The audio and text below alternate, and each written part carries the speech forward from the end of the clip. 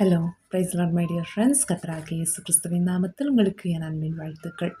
இன்றைக்கும் கர்த்தர் நம்மோடு சொல்லுகிற வேதவசனம் 1 நாளாகமம் 4ஆம் அதிகாரம் 10ஆம் வசனம். யாபேஸ் இஸ்ரவேலின் தேவனை நோக்கி, தேவரீர் என்னை ஆசீர்வதித்து என் எல்லையை பெரிதாக்கி உமது கரம் என்னோடிருந்து தீங்கு என்னை துக்கப்படுத்தாதபடிக்கு அதற்கு என்னை விலக்கி காத்தருளும் என்று வேண்டிக் கொண்டான்.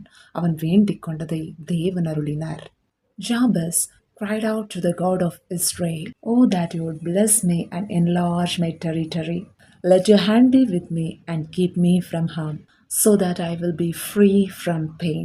And God granted his request. அருமையான தேவனுடைய பிள்ளைகளே, யாவேஸ் என்ற மனிதனை தன் தாய் துக்கத்தோடே பெற்றெடுத்தாளாம். அதனால் யாபேஸ் என்று, அதாவது துக்கத்தின் மகன் என்று அர்த்தம். அந்த பெயரை தன் தாயே தன் மகனுக்கு சூட்டினாள். ஆனால் இந்த யாபேஸ் தேவனை நோக்கி விண்ணப்பம் பண்ணுகிறார்.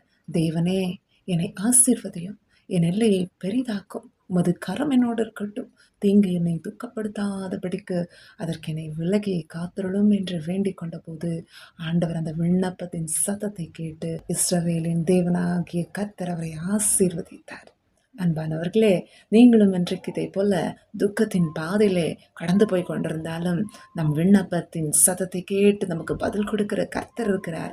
எனவே கர்த்தர் மேலும் பாரத்தை வைத்துவிடு, அவர் நீ ஆதரிப்பார். நீதிமானாகிய அவருடைய இரத்தத்தால் கழுவப்பட்டவர்களாகிய நம்மை ஒருபோதும் கைவிட மாட்டார். நம்முடைய விண்ணப்பத்தை கேட்டு பதில் கொடுக்கிறவராயிருக்கிறார். உங்கள் துக்கம் சந்தோஷமாய் மாறும். பிசாசு தீங்கு செய்ய பல குழிகளை வெட்டினாலும் அவன் வெட்டின குழியில் அவனே விழுவான்.